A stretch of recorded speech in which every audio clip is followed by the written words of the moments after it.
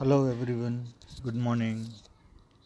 This is Mahesh Shah, uh, Standard 11 Economics Chapter 9 National Income.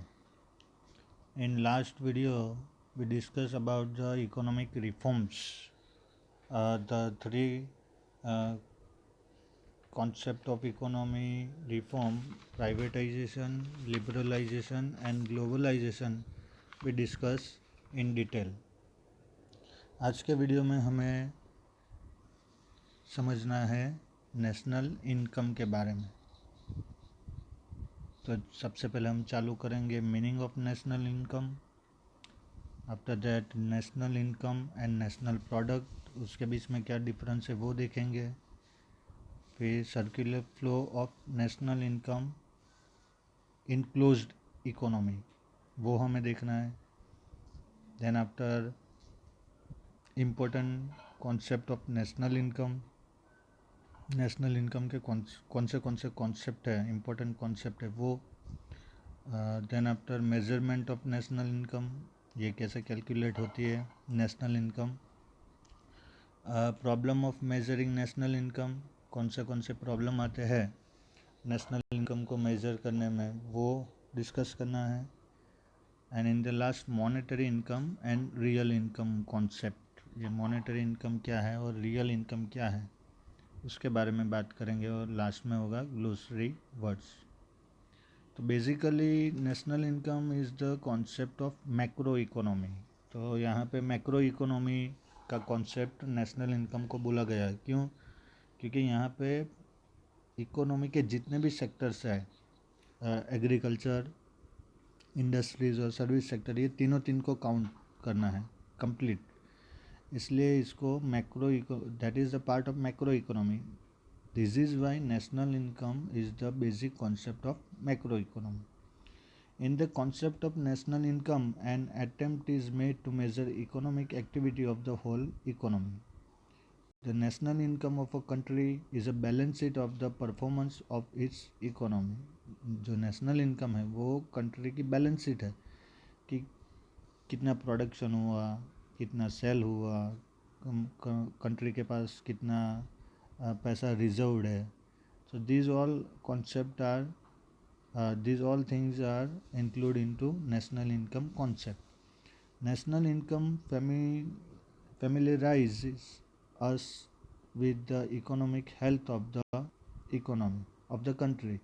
तो national income से हमें country की economical health कैसी है उसके बारे में भी नॉलेज मिलता है। If the national income of any country increase, it is generally a symbol of well-being, and if the national income of any country is low and increases slowly, it can be said that it is a symbol of unhealthiness of an economy. तो कोई country की अगर national income increase होती है, so we can say that the economy is healthy economy. And if any country's economy is national income is low or increasing slowly, अगर कम है या तो जो नेशनल इनकम बढ़ने की जो प्रोसेस है वो स्लो है, so we can say that the economy of that country is unhealthy. In short, national income is used as a criterion of the economical prosperity of a country. National income से हम जो country की prosperity, economical prosperity क्या है उसको study कर सकते हैं. Generally the market value of final products and services produce by using national wealth with capital and labor during a year in a country is called national income. तो national income किसको बोलेंगे? तो generally उसका simple meaning ये होता है कि एक ईयर में कोई भी कंट्री ने कितना प्रोड्यूस किया या कितनी सर्विसेज प्रोड्यूस की, किसने नेशनल वेल्थ और द कैपिटल बढ़ा लेबर को यूज़ करके, उसको हम वो कंट्री की नेशनल इनकम बोल सकते हैं. There are important concept like GNP means ये जो कॉन्सेप्ट है इकोनॉमी के उसके बारे में बात है. GNP यानी ग्रोस नेशनल प्रोडक्ट, NNP यानी नेट नेशनल प्रोडक्ट, GDP यानी gross domestic product and NDP यानी net domestic product of national income. ये सब उसके कॉन्सेप्ट है जिससे हमें पता चलता है कि नेशनल इनकम कितनी है। There are also use to compare two countries, these are also use to compare two countries economy. ये जितने भी कॉन्सेप्ट है उससे कोई भी दो अलग अलग कंट्रीज़ की इकोनॉमी को कंपेयर किया जाता है कि कौन सी कंट्री डेवलप्ड है, कौन सी डेवलपिंग कंट्री है।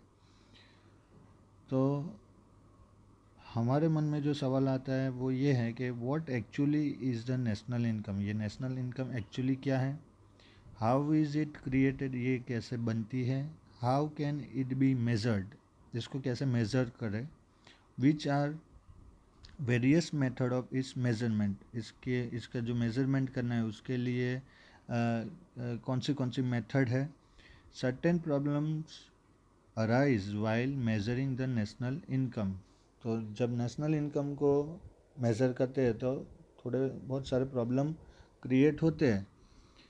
तो whether the monetary income should be found out और the real income should be found out. अब यहाँ पे जो प्रॉब्लम्स आते हैं उसके थ्रू हम क्या मॉनेटरी इनकम को ढूंढ सकते हैं या तो रियल इनकम को ढूंढ सकते हैं, इसके बारे में हमें ये चैप्टर में डिस्कस करना है। तो नेशनल इनकम का कॉन्सेप्ट है जिसको ध्यान से समझना पड़ेगा। It is one of the important concept of economy. तो let's start with the meaning of national income. Okay, meaning of national income. तो पहले जनरल मीनिंग हम समझ लेते हैं, फिर अल्फ्रेड मार्शल, इरविंग फिशर और AC पिगो के हिसाब से उन्होंने क्या इसका मीनिंग निकाला है, कौन सा कॉन्सेप्ट उन्होंने क्लियर किए, उसके बारे में देखते हैं। तो पहले देखते हैं जनरल मीनिंग। तो the monetary value of the total production in agriculture, industries and service sector in a country during a year is the national income of that country। Monetary value यानी फाइनेंशियल वैल्यू कि आपकी country में agriculture, industries और service sector से एक साल में कितने अमाउंट क्रिएट हुई उसको नेशनल इनकम बोलेंगे। When we say that the national income of India is rupees 128 lakh crores, it means that the goods and services of rupees 128 lakh crores have been produced during 1 year in agriculture, industries and service sector। तो जब हम बोलते हैं कि India की जो national income है वो सम ऑफ द अमाउंट है 128 लाख करोड़, तो इसका सीधा मीनिंग ये हो जाता है कि हमारी कंट्री में एग्रीकल्चर, इंडस्ट्रीज और सर्विस सेक्टर ने 128 लाख करोड़ रुपीस की प्रोडक्शन की है। So this is the general meaning of national income. अब अल्फ्रेड मार्शल की डेफिनेशन को हम देखते हैं तो उन्होंने प्रोडक्शन के ऊपर फोकस किया है, इसलिए उनकी जो डेफिनेशन है प्रोडक्शन बेस्ड डेफिनेशन बोला जाता है।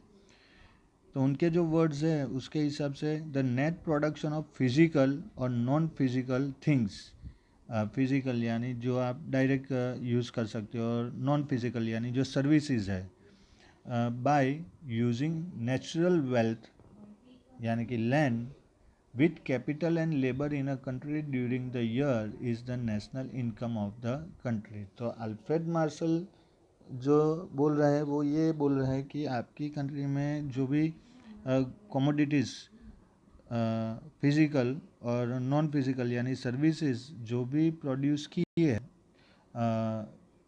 जो नेचुरल वेल्थ है उसको यूज़ करके उसके साथ कैपिटल और लेबर जो फैक्टर्स ऑफ प्रोडक्शन है उनके थ्रू एक साल में जितनी भी इनकम की है that is called national income of the country.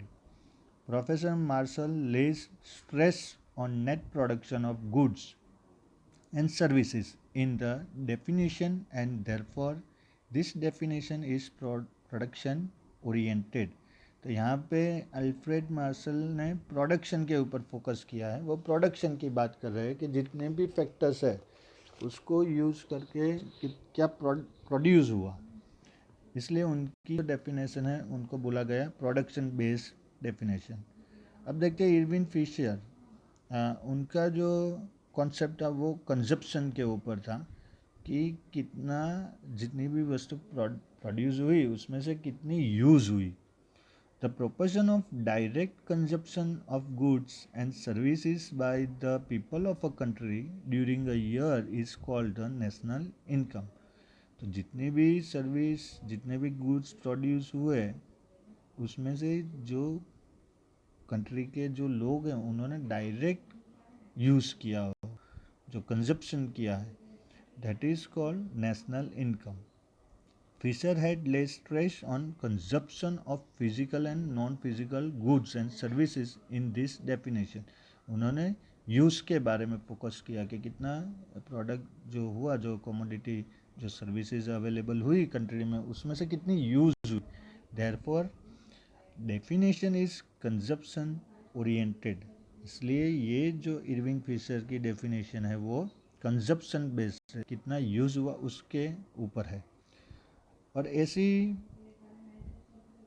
Pigou, उनकी जो डेफिनेशन है वो मनी बेस्ड है, यानी जितनी भी प्रोड्यूस गुड्स हुई, कमोडिटीज़ या सर्विस हुई, उसके बदले में कितना पेमेंट मिला।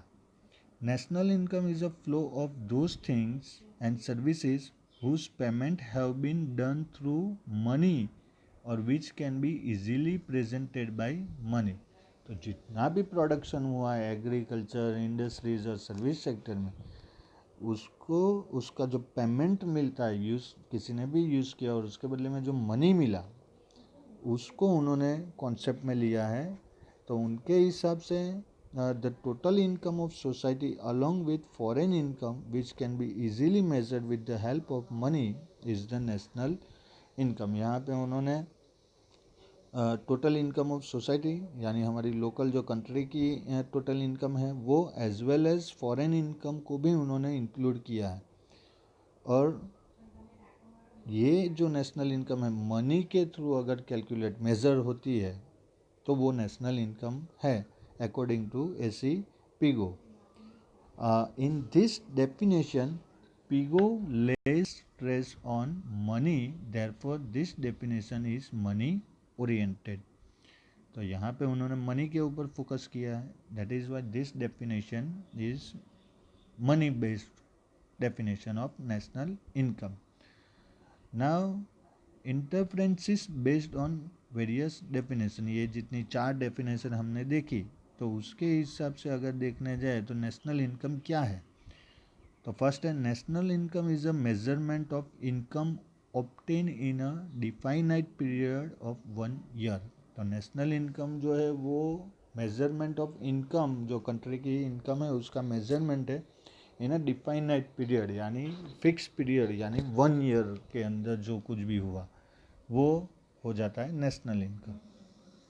सेकंड जो पॉइंट है उसके हिसाब से, in national income the final products and services are considered. जहाँ पे जो प्रोडक्शन की प्रोसेस है उसको काउंट नहीं किया है, जो फाइनल प्रोडक्ट या तो फाइनल सर्विसेज जो डायरेक्ट यूटिलाइज होगी उसको नेशनल इनकम में कैलकुलेट किया है। थर्ड पॉइंट के हिसाब से, national income is a monetary value of final products and services. तो नेशनल इनकम क्या है, तो जितनी भी प्रोडक्ट है, जितनी भी सर्विसेज हमारी कंट्री में प्रोड्यूस हुई, उसकी मॉनेटरी यानी फाइनेंशियल वैल्यू, मनी में जो वैल्यू होता है वो है नेशनल इनकम। फोर्थ है जो national income is calculated after deducting depreciation. तो नेशनल इनकम को डायरेक्ट कैलकुलेट नहीं कर सकते, उसमें से डेप्रिसिएशन यानी जो वैल्यू कम हुई है उसको डिडक्ट करना है। तो डेप्रिसिएशन को ऐसे समझेंगे कि कोई फैक्ट्री है, वहाँ पे मशीन आए, प्रोडक्शन चालू हुआ, अब ये मशीन के पीछे मेंटेनेंस एक्सपेंस लगता है, मेंटेनेंस चार्ज लगता है, मशीन बिगड़ जाता है तो उसके बदले नया मशीन लाना पड़ता है। तो ये जो एक्सपेंस उसके पीछे हुआ उसको नेशनल इनकम में से डिडक्ट करना है, फिर जो फिगर हमें मिलता है वो है नेशनल इनकम। और फिफ्थ पॉइंट है goods and services should be produce और कंज्यूम्ड। यहाँ पे ये बोला गया है कि गुड्स और सर्विसेज प्रोड्यूस होनी चाहिए या तो कंज्यूम्ड होनी चाहिए या तो वो यूज़ होनी चाहिए। एक दोनों में से होना चाहिए। अगर नहीं होगा तो फिर वो नेशनल इनकम में काउंट नहीं होता है। तो ये जो 4 डेफिनेशन हमने समझी, वो चारों डेफिनेशन का जो रिज़ल्ट है वो ये 5 पॉइंट में है कि क्या हमें नेशनल इनकम के कॉन्सेप्ट ये डेफिनेशन से पता चल रहा है। अब हमें बात जो करनी है वो नेशनल इनकम और नेशनल प्रोडक्ट के बारे में बात करनी है। ओके, तो national income and national product. तो generally national income and national product are considered one and similar. Generally जो लोकल लैंग्वेज में यूज़ करते हैं उसके हिसाब से नेशनल इनकम और नेशनल प्रोडक्ट सेम हो जाता है। पर हम बिगिनिंग से एक ही बात के ऊपर फोकस कर रहे हैं कि this is economy and there is no same meaning of two different words. Economics में कोई भी दो अलग वर्ड्स का मीनिंग सेम नहीं निकलता है। तो ये यहाँ पे भी एक प्रूफ हो रहा है। जैसे आगे के चैप्टर में हमने बात की थी डेवलपमेंट और ग्रोथ की, कि जनरली डेवलपमेंट और ग्रोथ सेम है, पर इकोनॉमी टेक्निकली हम इकोनॉमी में देखने जाए तो उसके दोनों के मीनिंग्स जो है वो अलग अलग है। वैसे ही यहाँ नेशनल इनकम और नेशनल प्रोडक्ट है। तो पहले ये समझ लेते हैं नेशनल इनकम क्या है। तो the sum of total income obtained from the contribution of 4 factors of production in national production is the national income। तो जो 4 फैक्टर है, land, labour, capital and entrepreneur. तो लैंड में क्या मिलेगा? रेंट मिलेगा। लेबर को क्या देना पड़ेगा? वेजेस देने पड़ेंगे। जो कैपिटल इन्वेस्ट हुआ है उसके ऊपर क्या मिलेगा? इंटरेस्ट मिलेगा। और जो एंटरप्रेन्योर है, जो ये सब एडमिनिस्ट्रेशन करता है, उसको लास्ट में क्या मिलता है? प्रॉफिट। तो national income is equal to rent plus wages plus interest plus profit. यानी जो 4 फैक्टर्स है वो 4 फैक्टर्स से जो प्रोड्यूस होता है उसका टोटल जो है वो है नेशनल इनकम। तो 4 फैक्टर्स में क्या क्या प्रोड्यूस होता है? तो लैंड से हमें रेंट प्रोड्यूस करेंगे, लैंड से। लेबर से वेजेस प्रोड्यूस होगा। कैपिटल से इंटरेस्ट प्रोड्यूस होगा। और जो लास्ट है प्रॉफिट, जो एंटरप्रेन्योर है उससे ये प्रॉफिट प्रोड्यूस होगा। तो यहाँ पे लैंड है, यहाँ पे लेबर है, यहाँ पे कैपिटल है और यहाँ पे एंटरप्रेन्योर है।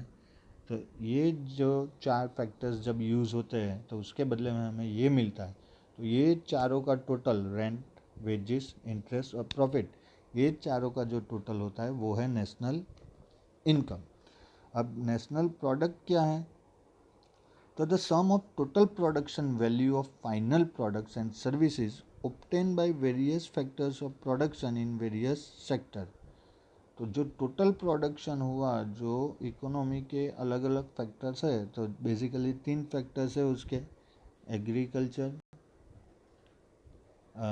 Industries and service sector. तो ये जो 3 फैक्टर्स है उसके थ्रू एक ईयर में कितना प्रोडक्शन हुआ, that is called national product. The national product is goods and services produced by various firms in a country during a year. In short, national product is equal to total production of agriculture, industries and service sector। तो national product को अगर हमें calculate करना है तो तीन sector का जो फाइनल प्रोडक्शन है उसको प्लस कर देना है तो हमें मिल जाता है नेशनल प्रोडक्ट। तो नेशनल इनकम में जो 4 फैक्टर है प्रोडक्शन के, उसमें जो मिलता है उसके बदले जो मिलता है उसका टोटल करना है। और नेशनल प्रोडक्ट में जो 3 सेक्टर है इकोनॉमी के, उन्होंने क्या प्रोड्यूस किया उसको टोटल करना है तो हमें मिल जाता है नेशनल प्रोडक्ट।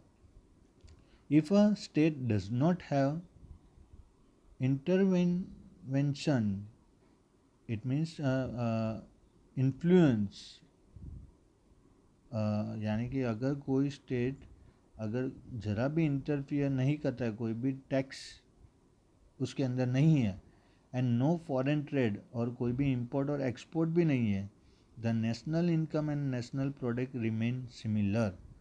तो यहाँ पे जो गवर्नमेंट है, अगर गवर्नमेंट इसके अंदर कोई भी इन्वॉल्वमेंट नहीं लेती है, इन्वॉल्वमेंट नहीं करती है, कोई भी डिस्टर्बेंस नहीं लाती है, जैसे कि टैक्स का या तो फॉरेन ट्रेड का, तो जो नेशनल इनकम होगी same to same national product भी सेम टू सेम ही होगी, दोनों सेम हो जाएंगे। Due to taxes national product is higher than national income because price is higher than production expenditure due to taxes। तो taxes की वजह से जो नेशनल प्रोडक्ट है वो हाई हो जाती है नेशनल इनकम से। क्यों? क्योंकि जो प्राइस होती है वो ऑलवेज, कोई भी गुड्स की प्राइस जो होती है वो उसकी सेलिंग प्राइस उसकी कॉस्ट प्राइस से ऑलवेज ज़्यादा होती है। Besides, due to subsidies given by the government, the national product is lower than national income। पर जब गवर्नमेंट सब्सिडी देती है, जैसे हम लोग कुकिंग गैस बॉटल की बात करें तो यहाँ पे गवर्नमेंट सब्सिडी देती है, तो यहाँ पे जो नेशनल इनकम है वो बढ़ जाती है और नेशनल प्रोडक्ट जो है वो कम हो जाती है, क्योंकि जहाँ जितना मार्जिन का गैप है वो सब्सिडी थ्रू गवर्नमेंट प्रोवाइड करती है। So these are the concept of national income and national product। अब जो हमें देखना है वो है circular flow of national income. Okay, circular flow of national income. तो ये जो नेशनल इनकम का फ्लो है वो किस तरह का होता है? तो यहाँ पे ऑलरेडी टाइटल में है कि ये सर्कुलर होता है, यानी वन हैंड से सेकंड हैंड में ये रोटेट होता है। पर उससे पहले ये समझना पड़ेगा कि इसका एक्सप्लेनेशन किस टाइप की इकोनॉमी में कैसे दिया जाता है। तो in terms of theoretical explanation there are two types of economy. First is closed economy and second is open economy. So first understand what is closed economy and what is called open economy.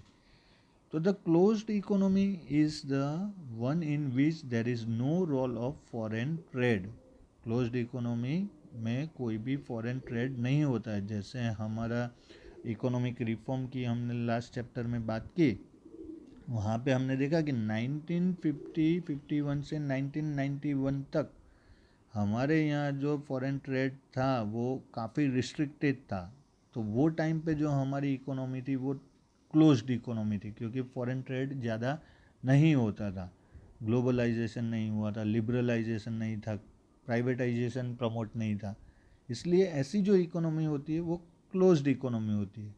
Such economy has no economic transaction with other countries, no goods, services and factors of production are exported and no goods, services and factors of production are imported in such country। कोई भी जो factors है वो ना ही purchase कर रहा है ना ही सेल कर रहा है। Closed economy is self dependent और self रियलेंट, whereas in the open economy the foreign trade play an important role। तो ओपन इकोनॉमी में फॉरेन ट्रेड होता है, यानी हमारी जो प्रोडक्ट है वो दूसरी कंट्री में हम सेल कर सकते हैं, दूसरी कंट्री की प्रोडक्ट जो है वो हमारी कंट्री में सेल होती है। यहाँ पे some works are done by government and economy has import export relation with other countries. तो यहाँ पे गवर्नमेंट का रोल इम्पोर्टेंट हो जाता है, क्योंकि कोई प्राइवेट सेक्टर अगर ये नहीं करना चाहे पर गवर्नमेंट सेक्टर जो है वो इम्पोर्ट एक्सपोर्ट को प्रमोट करेगा, इसलिए गवर्नमेंट यहाँ पे इंटरवेंशन गवर्नमेंट का होगा। Here we will discuss circular flow of national income only in terms of closed economy. अब ये जो आप फ्लो चार्ट नीचे देख रहे हो आपकी स्क्रीन के ऊपर, ये जो फ्लो चार्ट है वो हमें दिखाता है कि क्लोज्ड इकोनॉमी में ये नेशनल इनकम का फ्लो किस तरह सर्कुलर बनता है। To understand the circular flow of production, income, expenditure, we will divide economy into two major sectors। तो नेशनल इनकम का जो फ्लो है वो किस तरह से रोटेट होता है, तो उसमें तीन बातें हमें देखनी है। एक तो प्रोडक्शन, सेकंड है इनकम और थर्ड है एक्सपेंडिचर, यानी जो एक्सपेंस होता है वो। तो ये तीन को दो सेक्टर में, दो फील्ड में डिवाइड करना है। The business firms and owner of factors of production, purchase necessary factor of production, capital and labor from families production process and uses them for production। तो यहाँ जो दो फील्ड्स हमने सेट की है वो कैसे की है, एक तो प्रोड्यूसर की साइड पे और दूसरा है कंज्यूमर की साइड पे। प्रोड्यूसर प्रोड्यूस करेगा, फिर वो कंज्यूमर जो है वो परचेस करेंगे। तो ये डायरेक्शन में हमें ये समझना है कि ये फ्लो कैसे होता है, कैसे सर्कुलर फ्लो इसको बोला जाता है। Thus the factor of production reach to firm through families for using the factors firm pays rent, interest, wages and profit to the owner of factor of production or the families। तो जो factor of production जो है वो family तक कैसे पहुंचते हैं कि रेंट के अगर किसी ने लैंड बोरो की है तो वो रेंट उसको मिलेगा। अगर कोई पर्सन फैक्ट्री में काम करने जाएगा एज ए लेबर तो उसको वहाँ पे वेजेस मिलेगा। जो एंटरप्रेन्योर है यानी जो ऑनर है उसको क्या मिलेगा, प्रॉफिट मिलेगा। तो these are the income source. Thus the flow of money firstly goes to families from the firms. तो यहाँ से फैमिली से ये जो मनी है वो फिल्म्स में जाएगा और फिल्म्स के थ्रू वो वापस फैमिली के पास आएगा। तो यहाँ ये फ्लो में हम चार्ट में क्लियर दिख रहे हैं कि सबसे पहले जो पेमेंट होता है फाइनल गुड्स और सर्विस का जो एक्सपेंस होता है वो जाता है प्रोडक्शन यूनिट या तो फिल्म्स के पास। वो रिटर्न किस हिसाब से होता है, तो रेंट, इंटरेस्ट, वेजेस और प्रॉफिट के थ्रू वो रिटर्न होता है और वो जो owner of factor of production है फैमिलीज जो है उनके पास जाता है। तो इस हिसाब से एक साइड पे इनकम होती है और दूसरी साइड पे एक्सपेंस होता है और इस तरह से वो एक हाथ से दूसरे हाथ में जाता है। क्योंकि अगर इनकम नहीं होगी तो एक्सपेंस नहीं होगा और एक्सपेंस नहीं होगा तो इनकम भी नहीं होगी। अगर मैं कोई कमोडिटी की डिमांड ही नहीं करूँगा तो प्रोडक्शन नहीं होगा और प्रोडक्शन नहीं होगा तो मैं परचेस नहीं कर सकता हूँ। तो दोनों पैरेलल है, एक दूसरे के साथ में चलते हैं, इनकम एंड एक्सपेंस। फिर भी इसको थोड़ा डिटेल में समझ लेते हैं। A film produces goods and services with the help of this factors and puts them in market for selling. तो ये जितने भी फैक्टर्स है उसको यूज़ करके कोई भी फिल्म है वो गुड्स और सर्विस प्रोड्यूस करेगी और वो मार्केट में सेल करने के लिए रखेगी। The families purchase goods and services from the market. जो भी लोग हैं वो मार्केट से गुड्स और सर्विसेज परचेज करेंगे। Thus the flow of goods and services comes to family from firms. तो ये फैक्ट्री से लोगों के पास आया। Families pay money to firm for purchasing goods and services expenditure. अब जो गुड्स और सर्विसेज मार्केट में आई उसको परचेस करना पड़ता है तो उसके लिए पैसे देने पड़ते हैं, that is called expense. And therefore the flow of money comes back to firm from families. तो वो सीधा जाता है जो फैक्ट्री जो फिल्म है उसके पास, कहाँ किसके पास से, फैमिलीज के पास से। And a film purchases factor with the help of this money. अब ये जो फिल्म्स के पास पैसे गए वो वापस वो प्रोडक्शन में यूज़ करेगा, जैसे लैंड, लेबर, कैपिटल। तो वो वापस वहाँ से रोटेट होके फैमिलीज के पास जाएंगे and starts the production again and again, pays to families and from families to firms is called circular flow of production, income, expenditure of the national income. तो फिल्म्स के पास से जो फैमिली के पास आया, फैमिली के पास से वापस फिल्म्स के पास गया, ये कांस्टेंट रोटेशन चालू रहता है, इसलिए उसको बोलते हैं circular flow of production, income and expenditure of the national income. The circular flow of national income keeps the economy constantly vibrant। अगर ये नहीं होगा तो डिप्रेशन आ जाएगा इकोनॉमी में, जिसको हम मंदी बोलते हैं। National income can be measured by 3 ways. तो नेशनल इनकम को मेज़र करने के इस हिसाब से 3 हमारे पास मेथड है। एक है प्रोडक्शन, दूसरी मेथड है इनकम, और तीसरी मेथड है expenditure. The flow from families to firm and from firms to families, whereas the goods flow from firms to families and payments flow from families to firms. However, it must be remembered that it is a closed economy. तो ये जो भी incidents हो रहे हैं, यानी जो national income का जो फ्लो है वो फैमिली से फिल्म के पास जाता है, फिल्म से वापस फैमिली के पास आता है। तो ये जो हो रहा है वो क्लोज्ड इकोनॉमी में होता है, जहाँ पे इंपोर्ट एक्सपोर्ट नहीं है। In fact, there is open economy in which the government has a role to play. Economy shows savings and it has the existence of import and export. Open economy में जो concept आता है, ये जो flow बनता है, उसमें एक आ जाता है सेविंग्स और इंपोर्ट और export. The circular flow can be explain on the basis of market in such economy too. तो ऐसी जो ओपन इकोनॉमी है वहाँ पे हमें अगर फ्लो दिखाना है तो इस हिसाब से दिखा सकते हैं कि इंपोर्ट एक्सपोर्ट हुआ, वहाँ से पैसा आएगा, इंपोर्ट किया तो पैसा आएगा, इंपोर्ट किया तो पैसा देना पड़ेगा, एक्सपोर्ट किया तो पैसा आएगा। अगर एक्सपोर्ट ज़्यादा है तो सेविंग होगा, अगर नहीं है तो फिर लोन लेके वर्क करना पड़ेगा। तो इस हिसाब से ये भी सर्कुलर फ्लो हम ओपन इकोनॉमी में दिखा सकते हैं। अब हमें देखना है important concept of national income. Okay, important concept of national income. तो इकोनॉमी के जो इम्पोर्टेंट कॉन्सेप्ट है वो हम देखते हैं, जैसे कि जीडीपी। ये वर्ड्स हमने काफ़ी बार सुना है, according to the countries growth. तो जीडीपी क्या है? तो ग्रोस डोमेस्टिक प्रोडक्ट, उसको बोलते हैं GDP.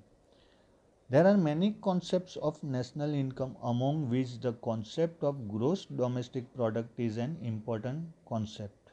The market value of goods and services produced by citizens of a country and foreign citizen within a country's limit is called gross domestic product. यानी हमारी country के जितने सिटीजन्स है या तो फॉरेन के जो सिटीजन हमारी कंट्री में है, उन्होंने एक साल में कितना कमोडिटीज़ या तो सर्विसेज प्रोड्यूस किया, उसको बोलते हैं ग्रोस डोमेस्टिक प्रोडक्ट। अब इसके जो फैक्ट्स हैं वो देख लेते हैं। तो in gross domestic product the final products और goods produce within the countries limit boundary by natives and foreign citizens और बाय नेचर आर कंसिडर। तो यहाँ पे जो भी है वो एक लिमिट में है, या तो हमारे जो लोकल सिटीज़न है वो, या तो जो फॉरेन सिटीज़न है वो, या तो नेचर को थ्रू यानी क्रूड ऑयल उसमें ले सकते हैं कि इसके थ्रू जितना भी मनी हमने जनरेट किया, that all are include into GDP, gross domestic product. Second जो है वो the concept of gross domestic product is related to the boundary of a country in which the production by citizen of a country in a foreign country or the incomes generated by citizens of a country from foreign countries are not considered. तो जो GDP की बात है वो country के अंदर की बात है, कंट्री से बाहर की बात नहीं है। कंट्री के अंदर जो भी एक्टिविटी होती है उसके थ्रू जो प्रोडक्शन होता है उसको हम जीडीपी में काउंट कर सकते हैं। पर क्या हम इसमें नहीं काउंट कर सकते? तो production by citizen of a country in foreign countries, यानी भले हमारे सिटीज़न इंडिया के सिटीज़न है पर वो अमेरिका में प्रोड्यूस कर रहे हैं तो वो हमारी इंडिया की जीडीपी में काउंट नहीं होगा। और income generated by citizen of a country from foreign countries are not consider. तो फॉरेन कंट्री के जो सिटीज़न इंडिया में हैं और वो जो मनी इनकम जनरेट कर रहे हैं वो भी जीडीपी के अंदर काउंट नहीं होता है। और थर्ड है from economical comparison of countries and to show the progress of an economy, the diagram of GDP are used in practice. तो GDP जो कॉन्सेप्ट है वो हमें कहाँ में काम में आता है, तो दो कंट्रीज़ की इकोनॉमिकल कंपैरिजन करने के लिए या तो प्रोग्रेस दिखाने के लिए इकोनॉमी की GDP diagram we can use. तो ये है GDP. अब हमें देखना है नेट डोमेस्टिक प्रोडक्ट NDP. तो NDP क्या है, तो during the process of production depreciation occurs due to use of capital and factors of production like machines, buildings, equipments, etc. तो जब प्रोडक्शन की प्रोसेस चालू होती है वो टाइम पे हम जितनी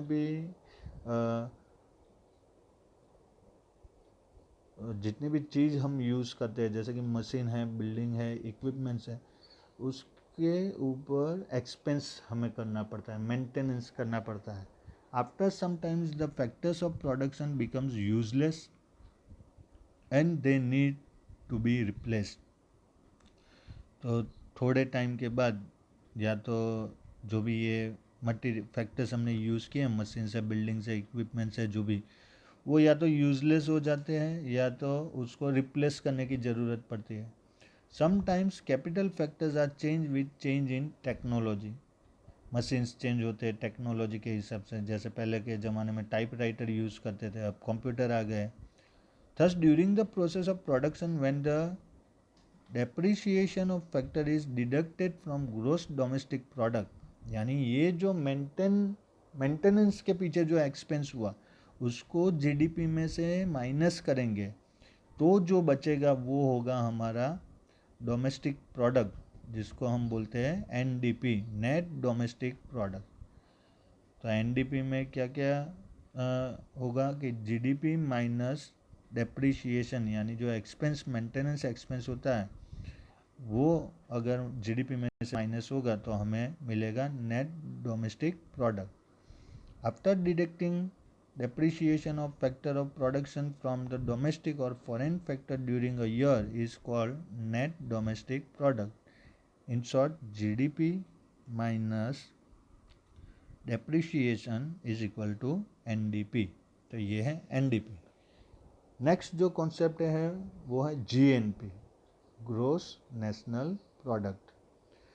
तो वो क्या है, तो the production done by citizen of a country and foreign citizen within the boundaries of the country is the gross domestic product, while the sum of the value of the citizen of the country produced in a year is GNP.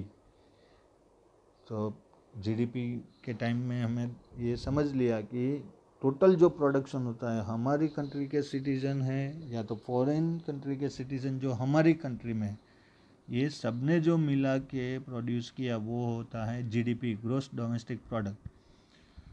और gross national product में हमारे जो country के citizens है उन्होंने जो भी produce किया इन अ ईयर, उसका जो टोटल है वो उसको बोलते हैं GNP. Whereas the production done by citizen of a country within the country on in foreign country is not important here, but the production should be done by the citizen of our country. तो foreign हमारे citizen जो है वो foreign country में जाके जो भी production करेंगे वो यहाँ पे इम्पोर्टेंट नहीं है, पर इम्पोर्टेंट क्या है कि हमारी कंट्री के जो सिटीज़न हैं उन्होंने हमारी कंट्री में क्या प्रोड्यूस किया. The monetary value of goods and services produced by citizen of the country in a year is called the gross national product GNP of the country. अब इसके जो फैक्ट है वो देख लेते हैं. GNP के जो फैक्ट है, तो इन GNP the value of production of current year is considered. तो जो करंट ईयर है, लेटेस्ट ईयर है, उसको ही यहाँ पे काउंट करते हैं. The production value of previous year is not considered. अगले साल जो क्या हुआ 2019 में क्या हुआ वो 2020 में काउंट होगा नहीं GNP के कॉन्सेप्ट में. In GDP the income of citizen living in foreign countries is added and the income of foreign citizen living in the country is deducted.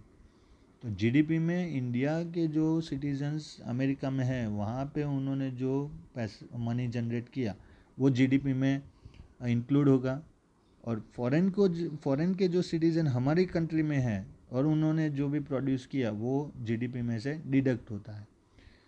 तो GNP is equal to GDP plus net income obtain from foreign countries, यानी हमारे जो citizen हैं वो जो दूसरी country में है वहाँ पे क्या प्रोड्यूस कर रहे हैं उसको भी जीडीपी के साथ प्लस करेंगे तो हमें मिलेगा gross national product.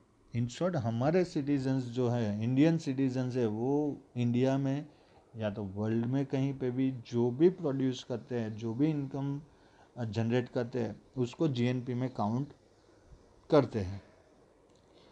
Total income from foreign countries minus total payment of foreign countries.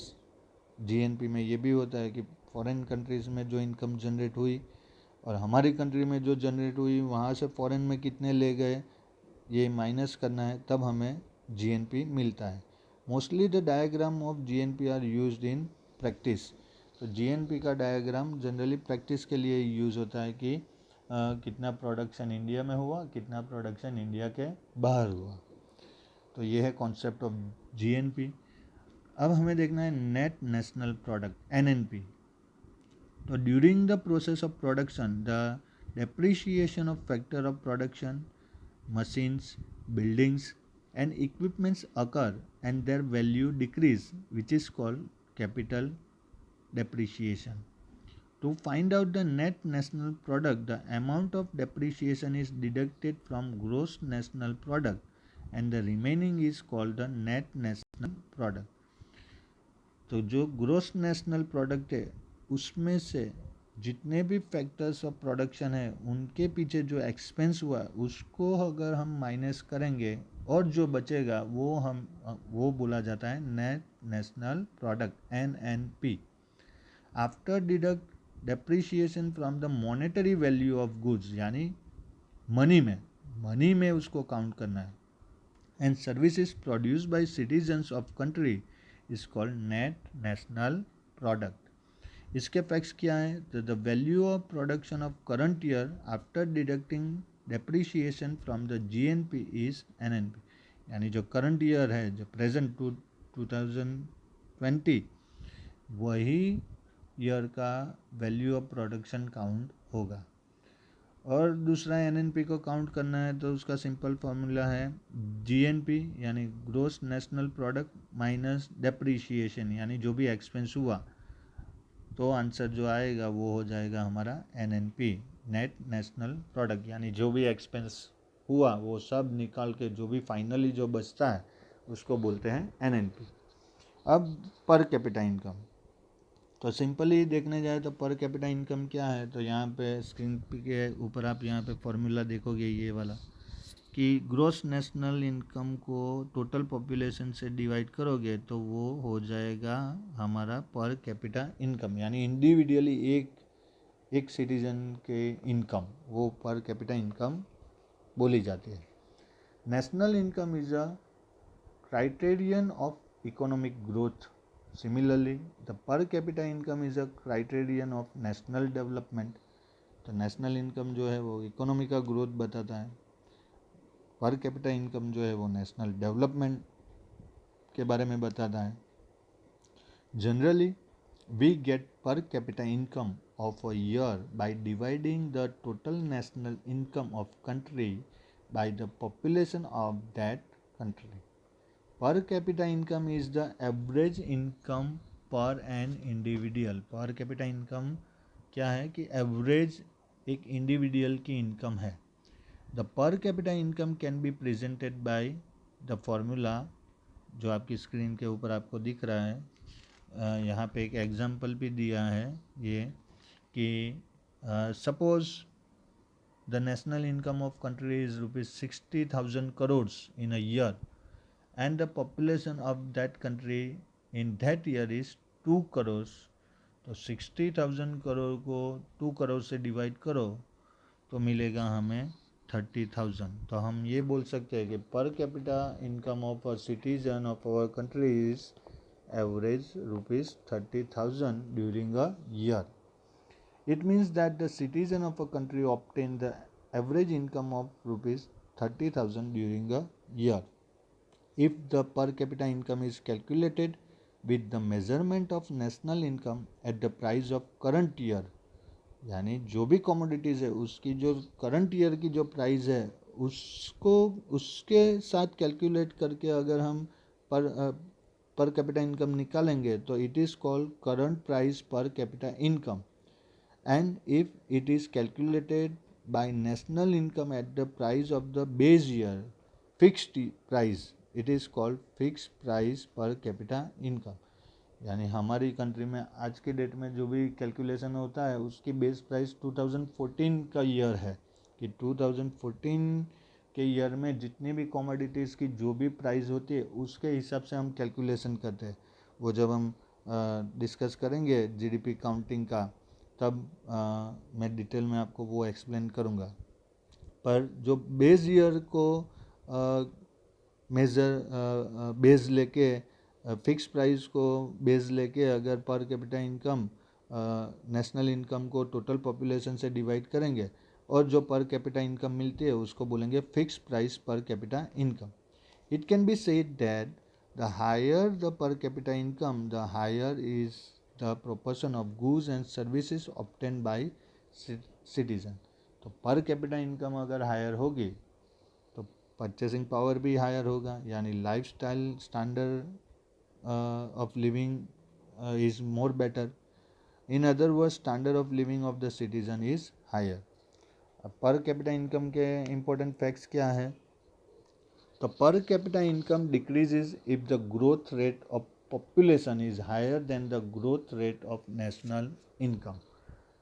तो पर कैपिटा इनकम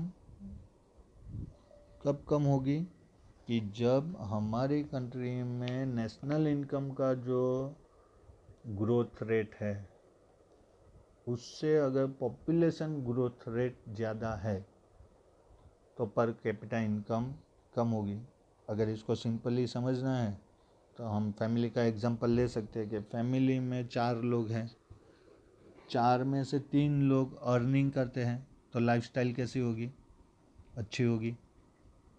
अब फैमिली में 4 लोग हैं पर अर्निंग खाली एक ही करता है, एक ही पर्सन करता है तो लाइफस्टाइल कैसी होगी? तो वहाँ पे प्रॉब्लम होगा. तो ये टर्म्स यहाँ पे पर कैपिटा इनकम में होगा कि पर कैपिटा इनकम कब कम होती जाएगी कि पॉपुलेशन अगर नेशनल इनकम से स्पीड में बढ़ती है तो यहाँ पे पीसीआई जो है वो कम होगा. सेकंड जो है the per capita income is an average measurement. ये फिक्स नहीं है, ये एवरेज एक है और ज़रूरी नहीं है कि जो एवरेज निकला वो एक्चुअली रियलिटी में सबके पास है. जैसे हमने एग्जांपल ऊपर देखा कि 60,000 करोड़ नेशनल इनकम है और पॉपुलेशन 2 करोड़ है तो पर हेड 30,000 पर कैपिटा इनकम निकलती है. तो ऐसा ज़रूरी नहीं है कि दो करोड़ लोगों के पास 30,000 रुपीज़ है. नहीं, वो डिपेंड करता है कि कौन काम करता है, कौन नहीं करता है, कौन टेक्निकली काम करता है, कौन हार्ड वर्क करता है, कौन स्मार्ट वर्क करता है. ये सब कॉन्सेप्ट उसके अंदर काउंट होते हैं. पर ये एक मेज़रमेंट है कि पर कैपिटा इनकम से हम ये जान सकते हैं कि हमारा डेवलपमेंट किस डायरेक्शन में है. पर capita income does not change with change in the distribution of national income. तो नेशनल इनकम का जो डिस्ट्रीब्यूशन है वो अलग कॉन्सेप्ट है और पर कैपिटा इनकम जो है वो कॉन्सेप्ट अलग है. रियलिटी में नेशनल इनकम जो डिवाइड होती है वो देखने जाए तो हम एक लाइन बार बार बोलते हैं कि पैसे वाले और पैसे वाले होते जा रहे हैं, गरीब और गरीब होते जा रहे हैं. तो क्यों? क्योंकि जो फैक्ट्री चलाता है उसको ज़्यादा प्रॉफिट मिलता है और लेबर जो होता है उसको सैलरी मिलती है. तो सीधी बात है, प्रॉफिट ज़्यादा होता है और सैलरी कम होती है.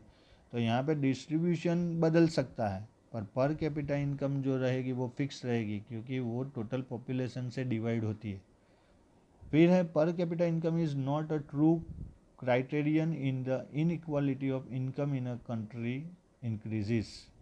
तो पर कैपिटा इनकम से हम ये नहीं जान सकते कि एक्चुअली में कंट्री में इनइक्वालिटी कितनी बड़ी है। The true criterion of countries progress is not the national income but the per capita income. अगर कंट्री की बात करें कि कंट्री की प्रोग्रेस कैसी है, तो national income is not the true criteria.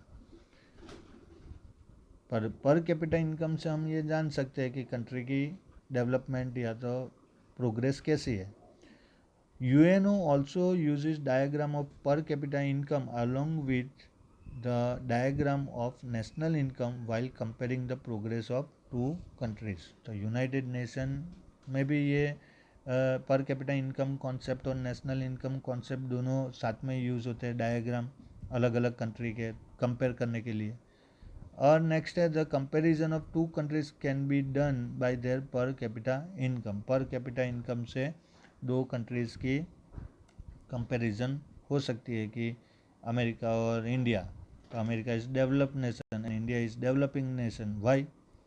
तो वहाँ पे पर कैपिटा इनकम हम देख सकते हैं कि अमेरिकन जो है उनकी पर कैपिटा इनकम $35,000 के आजू बाजू है, और अगर हमारे इंडिया की बात करें तो $1,200 के आजू बाजू है। तो ये क्लियर दिख रहा है कि अमेरिका ज़्यादा डेवलप्ड है, वहाँ के लोगों की जो लाइफस्टाइल है it is very better than our lifestyle.